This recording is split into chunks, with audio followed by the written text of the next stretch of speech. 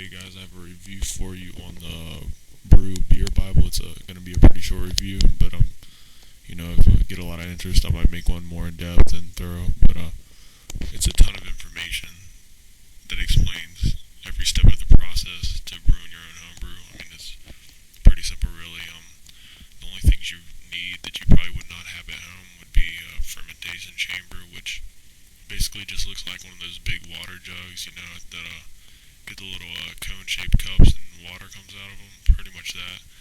And you need an airlock. It's pretty critical. It seals the top of the fermentation chamber and lets out the gases produced by fermentation.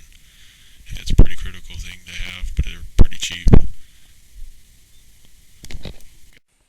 And of course, you're going to need the hops and the grains and all that stuff. But the Beer Bible pretty much tells you how to get all that through different sites and all. It's pretty easy to find and pretty cheap, actually, considering the amounts you can make with the quantity that you order. It's really easy, though. The whole brewing process is actually easier than I thought it would be.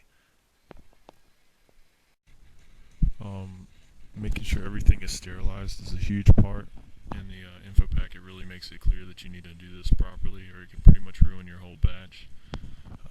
But I mean, the basic process is pretty much like you boil wort, and that is just pretty much like a combination of the hops and all that boiled down into like a mixture.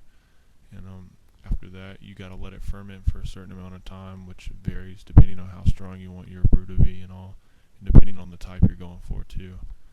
And other things that it includes is like tons of recipes for all different types of beer, like pales, stouts. I mean, you name it, it pretty much has it, and like tons of varieties of that type.